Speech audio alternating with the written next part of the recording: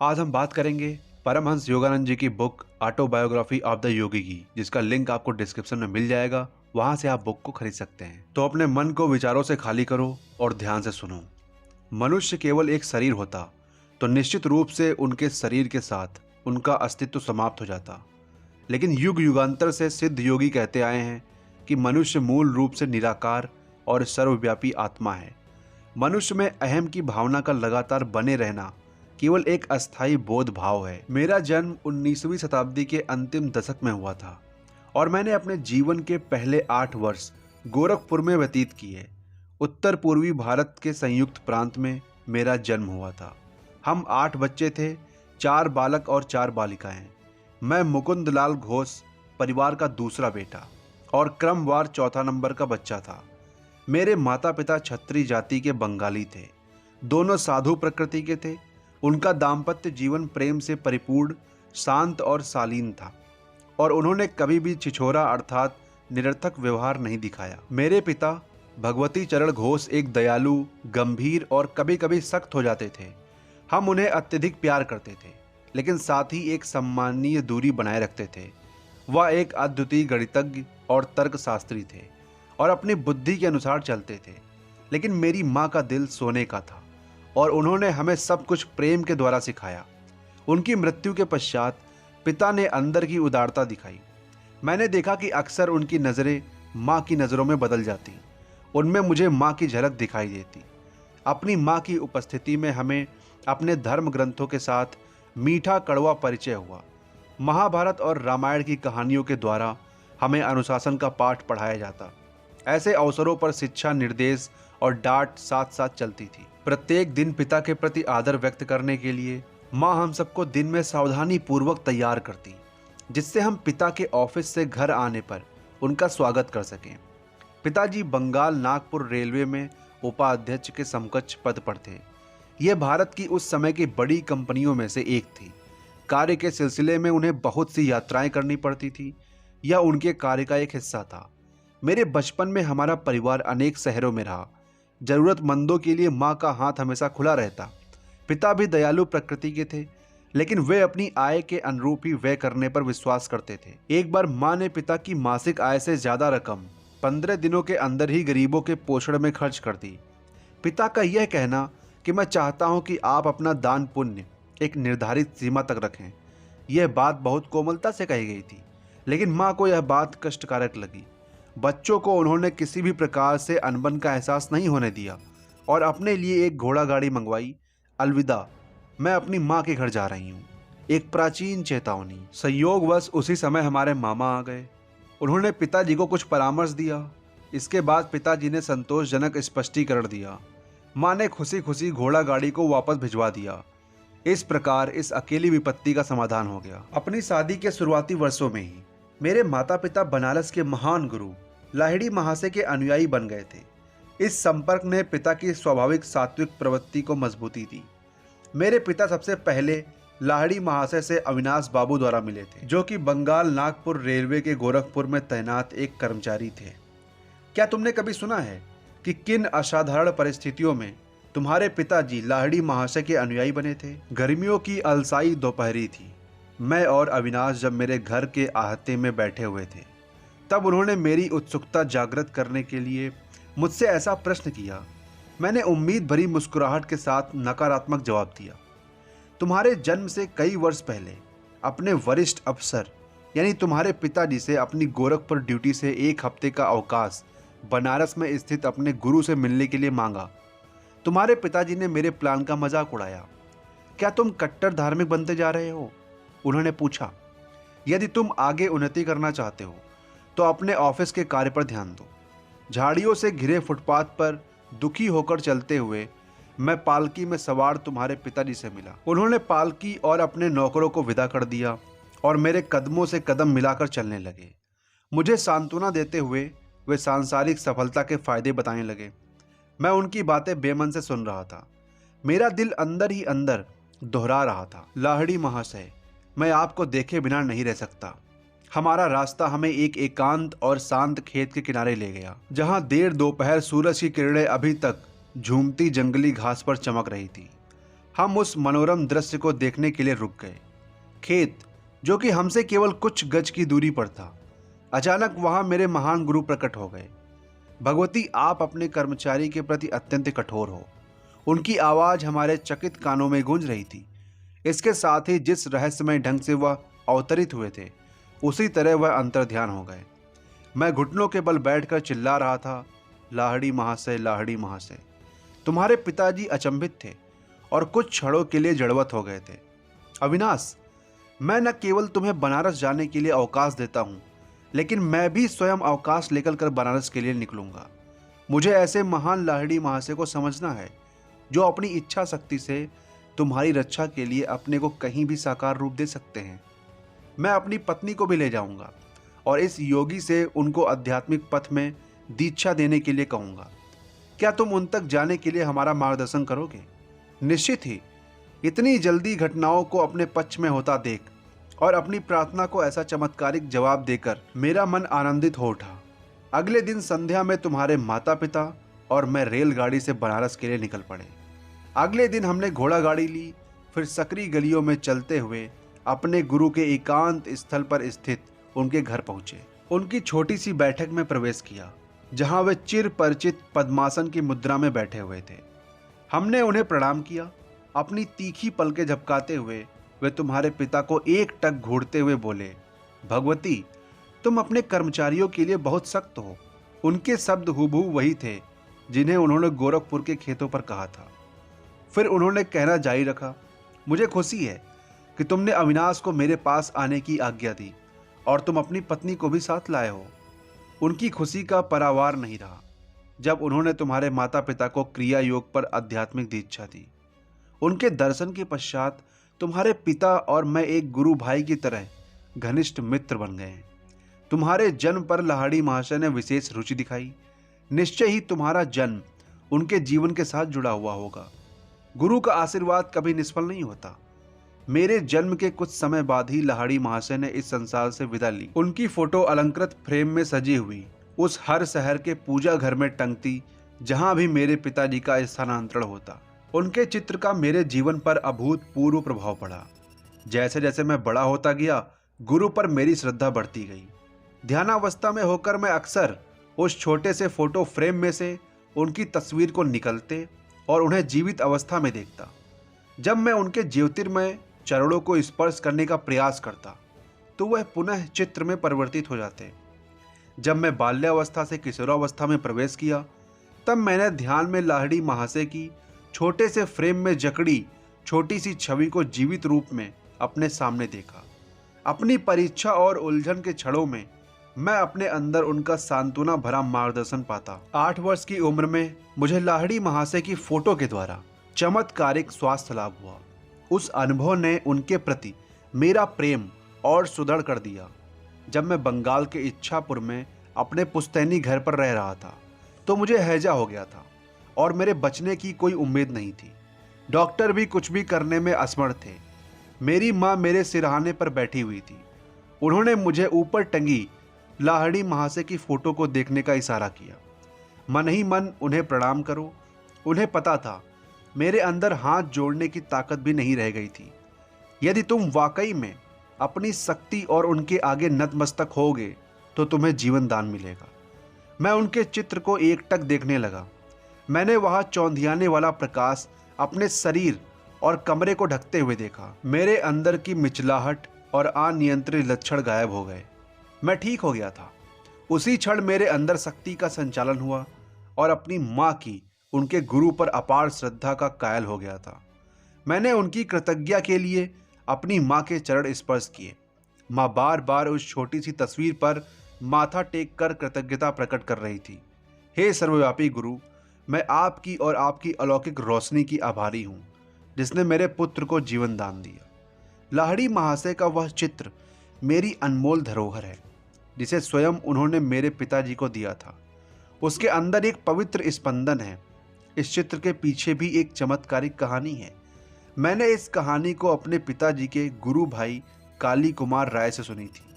ऐसा प्रतीत होता है कि लाहड़ी महाशय को अपनी फोटो खिंचवाना पसंद नहीं था। इतने विरोध के बाद भी एक सामूहिक फोटो उनकी और उनके भक्तों के साथ खींची। जिसमें काली कुमार राय भी थे। वह एक कुशल फोटोग्राफर था। उसने पाया सामूहिक तस्वीर में सब शिष्य तो थे, लेकिन लाहिड़ी महाशय उसमें नहीं थे। जहां वे खड़े थे वह जगह खाली थी। कई दिनों तक इस विस्मयकारी घटना की खूब चर्चा हुई। एक छात्र गंगाधर बाबू, जो एक अच्छा फोटोग्राफर भी था, उसने डींगे मारी कि लाहिड़ी महाशय की फोटो अवश्य खींचूंगा, चाहे जो हो जाए। लाहिड़ी जी के पीछे एक पर्दा लगाया गया। गंगाधर पूरी तैयारी के साथ अपने सभी साजो सामान के साथ आया था और लालच में उसने तस्वीर खींचने के लिए एक एक करके 10 प्लेटें लगाई। लेकिन उसने देखा उसकी हर फोटो में पर्दा तो था, मगर तस्वीर में लाहिड़ी महाशय कहीं भी नहीं थे। गंगाधर बाबू का घमंड चूर हो गया। वे रोते हुए अपने गुरु के पास गए। कई घंटे बाद लाहिड़ी महाशय ने अपनी चुप्पी तोड़ी और महत्वपूर्ण टिप्पणी दी। मैं एक आत्मा हूं, क्या तुम्हारा कैमरा सर्वव्यापी निराकार की तस्वीर खींच सकता है? गंगाधर बाबू ने कहा, मैं देख सकता हूं कि यह आपकी तस्वीर नहीं खींच सकता, परंतु हे पावन सर्वज्ञानी गुरु, मैं आपके मंदिर समान देह की एक तस्वीर खींचना चाहता हूं। मैंने आपको बहुत संकुचित दृष्टि से देखा। मैं अभी तक यह समझ नहीं पाया कि आप में पूर्ण परमात्मा का वास है। ठीक है, तब तुम कल सुबह आओ, मैं तुम्हारे कैमरे के सामने फोटो खिंचवाऊंगा। अगले दिन फोटोग्राफर ने फिर से अपना कैमरा फोकस किया। इस बार उस महान महापुरुष की आकृति बिना किसी रहस्यमय आवरण के प्लेट पर स्पष्ट रूप से उभर आई। मेरे गुरु ने उसके बाद किसी अन्य तस्वीर के लिए फोटो नहीं खिंचवाई। कम से कम अभी तक मैंने तो कहीं नहीं देखी। वही फोटो इस पुस्तक में छपी है। गुरुदेव के पवित्र चित्र के दर्शन मात्र से स्वास्थ्य लाभ करने के कुछ दिनों बाद मुझे एक अति प्रभावपूर्ण दिव्य दर्शन हुआ। एक सुबह अपने बिस्तर पर बैठा मैं गहन दिवा स्वप्न में डूब गया। बंद आंखों के अंधकार के पीछे क्या है, इस तरह का तीव्र जिज्ञासापूर्ण विचार बड़े वेग से मेरे मन में आया। उसी क्षण मेरी अंतर्दृष्टि के सामने तेज प्रकाश पुंज फैल गया। मुझे अपने ललाट के दीप्तिमान पट में पर्वत गुफाओं में ध्यानलीन अवस्था में बैठे साधु संतों की आकृतियां एक चलचित्र की भांति दिखने लगी। आप कौन हैं? मैंने जोर से पूछा। हम हिमालय के योगी हैं। ऐसे आकाशीय जवाब का वर्णन करना कठिन है, लेकिन ऐसा दिव्य जवाब पाकर मेरा हृदय गदगद हो गया। ओह, मैं भी हिमालय जाने की तीव्र इच्छा रखता हूँ और आप जैसा बनना चाहता हूँ। वह दृश्य गायब हो गया, लेकिन रजत किरणें वृत्ताकार रूप में अनंत की ओर विस्तृत हो गई। यह अद्भुत प्रकाश क्या है? मैं ईश्वर हूँ, मैं प्रकाश हूँ। यह आवाज बादलों की सौम्य सुखबुगाहट जैसी थी। मैं आपके साथ एकाकार होना चाहता हूँ। यद्यपि वह दिव्य आनंद कम होता गया, पर उसके द्वारा ब्रह्म की स्थायी खोज की विरासत प्राप्त करने में सफल रहा। ईश्वर शाश्वत और नित्य नवीन आनंद देने वाला है। यह स्मृति मेरे हृदय पलट पर लंबे समय तक बनी रही। बचपन की एक और स्मृति असाधारण और उल्लेखनीय भी है, क्योंकि उसका चिन्ह आज भी मेरे हाथ पर है। एक दिन मेरी बड़ी बहन उमा और मैं सुबह सुबह अपने गोरखपुर के आहते में नीम के पेड़ के नीचे बैठे हुए थे। वह मुझे बंगाली भाषा पढ़ना सिखा रही थी। बीच बीच में खाली समय में मैं आसपास के तोतों को नीम के पके फलों को खाते निहार रहा था। उमा ने अपने पैर पर एक फोड़ा होने की शिकायत की और उस पर लगाने के लिए मरहम की डिबिया ले आई। मैंने उसमें से थोड़ा सा मलहम अपने हाथ पर लगा लिया। क्यों तुम अपने स्वस्थ हाथ पर दवा लगा रहे हो? क्योंकि दीदी, मुझे लगता है कल यहाँ एक फोड़ा निकलेगा। मैं तुम्हारे मलहम की जांच कर रहा हूँ, जहाँ पर यह फोड़ा निकलेगा। चल झूठे कहीं के। दीदी, मुझे झूठा मत कहिए जब तक सुबह आप यह ना देखें कि वाकई क्या हो गया है। मुझे अपनी बेइज्जती महसूस हुई और क्रोध से भरकर बोला। उमा पर उसका कोई असर नहीं पड़ा और उसने मुझ पर 3 बार अपना ताना कसा। मेरी आवाज में एक दृढ़ निश्चय था और मैंने धीमे से जवाब दिया, मैं अपनी इच्छा शक्ति के दम पर कहता हूँ कि कल मेरे हाथ में ठीक इसी जगह एक अच्छा खासा बड़ा फोड़ा हो जाएगा और तुम्हारे फोड़े का आकार मेरे से दोगुना होगा। अगली सुबह मेरे हाथ में एक बहुत बड़ा फोड़ा निकल गया और उम्मा का फोड़ा उसे दुगना बड़ा हो गया। चीखते हुए मेरी बहन माँ के पास दौड़ते हुए गई। मुकुंद जादू टोना करना सीख गया है, माँ ने गंभीर होकर मुझसे कहा। किसी को नुकसान पहुंचाने के लिए कभी शब्दों की शक्ति का इस्तेमाल मत करना। और मैंने अपनी माँ के शब्दों का पालन किया। मेरे फोड़े को चीरा लगाकर ठीक किया गया। डॉक्टर द्वारा चीरे लगाने का हल्का सा निशान आज भी है। मेरे दाहिने हाथ का निशान मुझे मेरे द्वारा कहे गए शब्दों की शक्ति की याद दिलाता है। वे सरल और अनजाने में हानि रहित वाक्य जो मैंने उमा दीदी को कहे थे, क्योंकि वे मैंने पूरी तन्मयता और गहराई से कहे थे। उसने इतनी शक्ति पैदा की कि वह एक विस्फोटक बम पैदा करने की ताकत बन गए थे। बाद में मुझे समझ आया कि किसी के जीवन के संकट को बचाने के लिए वाणी की विस्फोटक स्पंदन शक्ति का सदुपयोग किया जा सकता है और इस प्रकार शल्य रहित यानी बिना चीर फाड़ के भी घावों को भरा जा सकता है। हमारा परिवार पंजाब के लाहौर शहर में स्थानांतरित हुआ। वहां पर मैंने जगन माता का काली रूप का चित्र प्राप्त किया। इस चित्र की वजह से हमारे घर की बालकनी में एक अनौपचारिक छोटा सा मंदिर बना।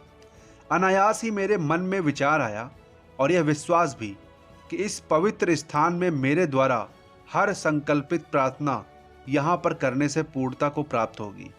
एक दिन उमा के साथ खड़ा मैं 2 लड़कों को घर की छतों पर पतंग उड़ाते हुए देख रहा था। उनके और हमारे घरों के बीच एक बहुत सकरी गली थी। तुम आज इतने शांत क्यों हो? उमा ने खेल खेल में मुझे धक्का देते हुए कहा। मैं सोच रहा था कि कितनी आश्चर्य की बात है कि मैं जो कुछ मांगता हूँ मेरी जगन माता मुझे वह दे देती है। मुझे लगता है वे तुम्हें यह दोनों पतंगे दे देंगी। मेरी बहन ने मेरा उपहास उड़ाते हुए कहा। क्यों नहीं? मैं मन ही मन उसको पाने की प्रार्थना करने लगा। भारत में पतंगों के धागों पर मांझा यानी गोंद और शीशे का चूड़ लगाकर खेल खेला जाता है। हर प्रतिद्वंदी एक दूसरे की पतंग के धागे को पतंग के धागे से ही काटने का प्रयास करते हैं। कटी हुई पतंग आज़ादी से छतों के ऊपर उड़ती है और उड़ी पतंग को पकड़ने में बहुत मजा आता है। उमा और मैं भी बालकनी में खड़े थे जिसके ऊपर छत थी और दोनों ओर दीवारें भी थी। ऐसा असंभव सा प्रतीत होता था कि पतंगे हमारे हाथों में आएंगी क्योंकि उनके धागे निश्चय ही छत के ऊपर फंस जाएंगे। गली के उस पार खेल शुरू हो चुका था। एक पतंग कट गई थी।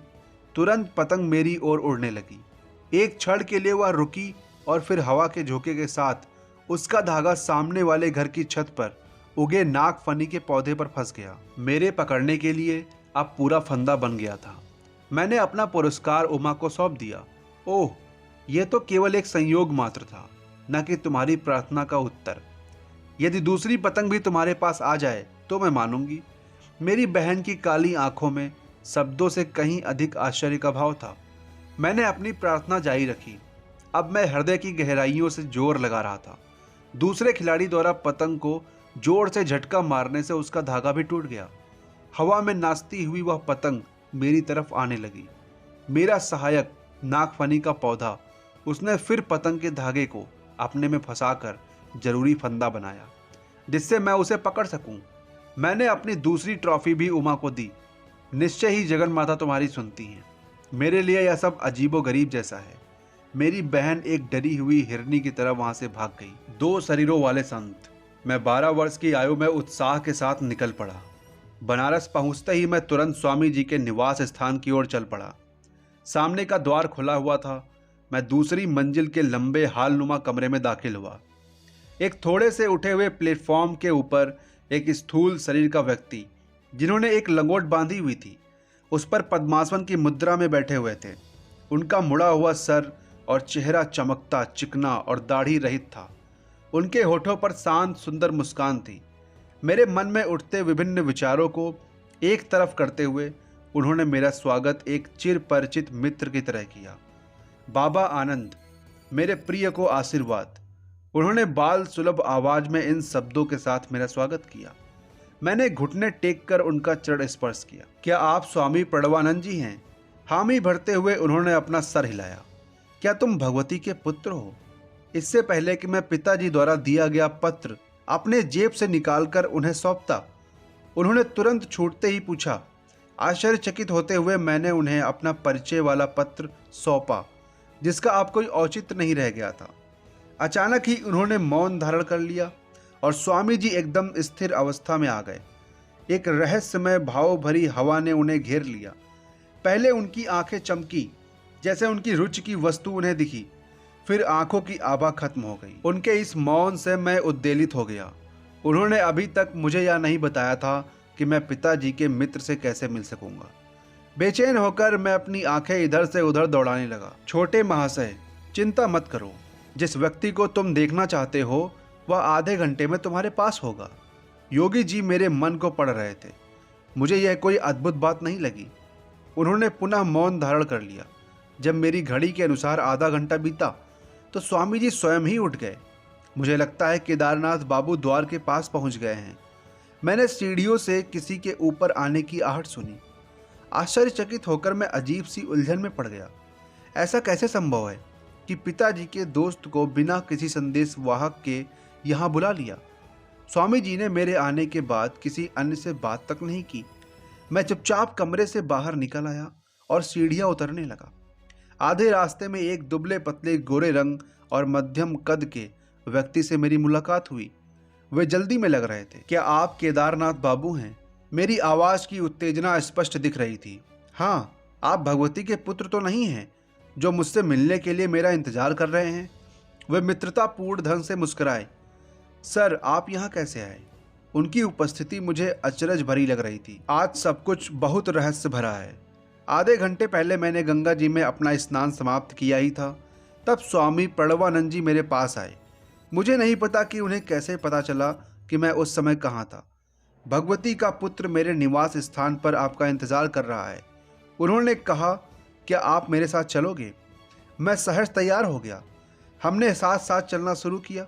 स्वामी जी अपनी लकड़ी की खड़ाओं में न जाने मेरे से आगे कैसे निकल गए, जबकि मैंने मजबूत खेल के जूते पहने हुए थे। मेरे निवास तक पहुंचने पर आपको कितना समय लगेगा? अचानक प्रणवानंद ने मुझसे यह प्रश्न पूछा। करीब आधा घंटा। अभी मुझे कुछ करना है। उनकी आंखें आश्चर्य से फैल गईं। क्या हम भौतिक युग में जी रहे हैं या स्वप्न देख रहे हैं? मैं अपने जीवन में इस तरह के चमत्कार का सामना करूंगा सोचा भी नहीं था। मुझे लगा स्वामी जी एक साधारण स्वामी हैं, एक आम आदमी की तरह, और अब मुझे पता चला है कि एक ही समय में दो शरीर का रूप धारण कर सकते हैं और उसके द्वारा अपना काम कर सकते हैं। हम दोनों ने एक साथ संत के कमरे में प्रवेश किया। देखिए, ये वह लकड़ी के खड़ाऊ हैं जिन्हें वह घाट पर पहने हुए थे। केदारनाथ बाबू ने फुसफुसाकर मुझसे कहा, वे केवल लंगोट में ही थे, जैसा कि मैं उन्हें भी देख रहा हूँ। तुम यह सब देखकर इतने अचंभित क्यों हो? भौतिक जगत की सूक्ष्म एकता सच्चे योगियों से छिपी नहीं रहती। मैं सुदूर कलकत्ता में अपने शिष्यों को देख भी सकता हूँ। इसी प्रकार वे भी स्थूल जगत की प्रत्येक बाधा को अपनी इच्छा अनुसार पार कर सकते हैं। बाघ स्वामी। मैंने बाघ स्वामी का पता खोज लिया है। चलो कल उनके पास चलें। स्वामी अपने बिस्तर पर बैठे हुए थे। उनके विशालकाय शरीर को देखकर अजीब सा लगा। आंखें फाड़े हम उन्हें एक टक देखते ही रह गए। हमने आज तक इतनी चौड़ी छाती और फुटबॉल की तरह भुजाएं नहीं देखी थी। अत्यंत मजबूत और मोटी गर्दन पर स्वामी जी का उग्र दिखने वाला मगर शांत मुखमंडल और लहराते केशों से आच्छादित था। उनकी काली आंखों में हंस और बाघ जैसी चमक थी। एक बाघ की खाल जो उनके मांसल कमर पर लपटी हुई थी। उसके अलावा उनके शरीर पर कोई अन्य वस्त्र नहीं था। किसी तरह से साहस बटोरकर हमने उनका अभिवादन किया और उनकी बाघ से संबंधित शक्तियों के प्रति अपना आदर युक्त भाव प्रकट किया। क्या आप हमें नहीं बताएंगे कि जंगल के पशुओं में सबसे भयंकर जानवर रॉयल बंगाल टाइगर को परास्त करना कैसे संभव है? मेरे बच्चों, मेरे लिए बाघों से लड़ना कुछ भी नहीं है। जरूरत पड़ने पर मैं आज भी यह कर सकता हूँ। वह बच्चों की तरह हंस पड़े। तुम बाघ को बाघ की तरह देखते हो, मैं उन्हें बिल्लियों की तरह देखता हूँ। स्वामी जी, मैं अपने अवचेतन मन को तो विश्वास दिला सकता हूँ कि बिल्लियाँ हैं, लेकिन बाघों में कैसे ऐसा विश्वास दिला सकता हूँ? शक्ति निश्चय ही आवश्यक है। केवल एक बच्चा जो बाघ को एक पालतू बिल्ली समझ सकता है, उससे जीत की अपेक्षा नहीं की जा सकती। मेरे शक्तिशाली हाथी मेरे अस्त्र हैं। उन्होंने हमें अपने साथ आंगन में चलने के लिए कहा, जहां दीवार के किनारे उन्होंने जोर से प्रहार किया। दीवार की एक ईंट टूटकर नीचे गिर गई। दीवार की खाली जगह से आकाश की रोशनी आने लगी। आश्चर्य से भौचक्का होकर मैंने सोचा, जो व्यक्ति सीमेंट की इतनी मजबूत दीवार को तोड़ सकता है, वह बाघ के दांतों को तो अवश्य तोड़ ही सकता है। अनेक लोगों में मेरी तरह शारीरिक शक्ति तो होती है, लेकिन उनके अंदर एक दृढ़ आत्मविश्वास की कमी होती है। जो शरीर से मजबूत मगर मन से कमजोर होते हैं, वे जंगली जानवर देखते ही बेहोश हो जाते हैं। एक बाघ अपने प्राकृतिक वातावरण में रहने वाला हिंसक जानवर, सर्कस के अफीम खिलाए बाघ से अलग होता है। ऐसे व्यक्ति जो शरीर से हरक्यूलिस की तरह मजबूत मगर मन से कमजोर होते हैं, वे रॉयल बंगाल बाघ के आगे डर के मारे बेबस हो जाते हैं। इस प्रकार बाघ ने मनुष्य को अपने मन में एक घबराई बिल्ली की तरह बदल दिया। एक मनुष्य के लिए संभव है कि बलिष्ठ शरीर और एक मजबूत मन की शक्ति से वह बाघ का पासा पलट सकता है और उसे मात्र एक भीगी बिल्ली में परिवर्तित कर सकता है। मैंने ऐसा कई बार किया है। मन ही शरीर की मांसपेशियों को नियंत्रित करता है। जिस प्रकार हथौड़ी की ताकत उस पर लगाई गई शक्ति के अनुपात में होती है, उसी प्रकार मनुष्य के शरीर की शक्ति उसके आक्रामक इच्छा शक्ति और साहस पर निर्भर करती है। शरीर को वस्तुतः मन ही बनाता है और उसे जीवित रखता है। पूर्व जन्मों की प्रवृत्तियों की प्रबलता की वजह से शक्ति और कमजोरियां मानव चेतना में अपना असर दिखाते हैं या एक आदत की तरह प्रदर्शित होते हैं, जो बाद में एक वांछनीय अथवा अवांछनीय आदत में बदल जाते हैं। बाह्य दुर्बलता का स्रोत मन है। आदत से मजबूर शरीर मन को नकारता है और जीवन कुचक्र इस प्रकार चलता रहता है। यदि मास्टर स्वयं को नौकर द्वारा निर्देशित होने देता है तो नौकर निरंकुश तानाशाह बन जाता है। इसी प्रकार मन भी शरीर की आज्ञा का पालन कर उसका दास बन जाता है। बचपन से ही मेरा ध्येय बाघों से लड़ना था। मेरी इच्छा शक्ति तो मजबूत थी, लेकिन मेरा शरीर बहुत दुर्बल था। मेरे मुंह से आश्चर्यचकित होने वाली आवाज निकली। यह अविश्वसनीय लगता है। यह व्यक्ति जिसके मजबूत कंधे भारी से भारी वस्तु को उठा सकते हैं, वह कभी एक शारीरिक कमजोरी का शिकार रहा होगा। अपने स्वास्थ्य और शक्ति के प्रति मैं अपने मन के विचारों में दृढ़ता लाया। इस प्रकार मैंने अपने शरीर की दुर्बलता दूर की। मन की इस अद्भुत शक्ति का महत्व और भी इसलिए बढ़ जाता है क्योंकि मैंने पाया कि बंगाल के टाइगर को परास्त करने वाली यही शक्ति थी। तो ये बुक समरी यहीं पे खत्म होती है। तो जो बुक का मेन लेसन था, जो बुक में बहुत महत्वपूर्ण था, जो एक्चुअली में परमहंस योगानंद जी सबको बताना चाहते थे, वो मैंने आपको बताया है। अगर आप ऐसे ही और बुक समरी देखना चाहते हैं तो चैनल को सब्सक्राइब ज़रूर कर लेना।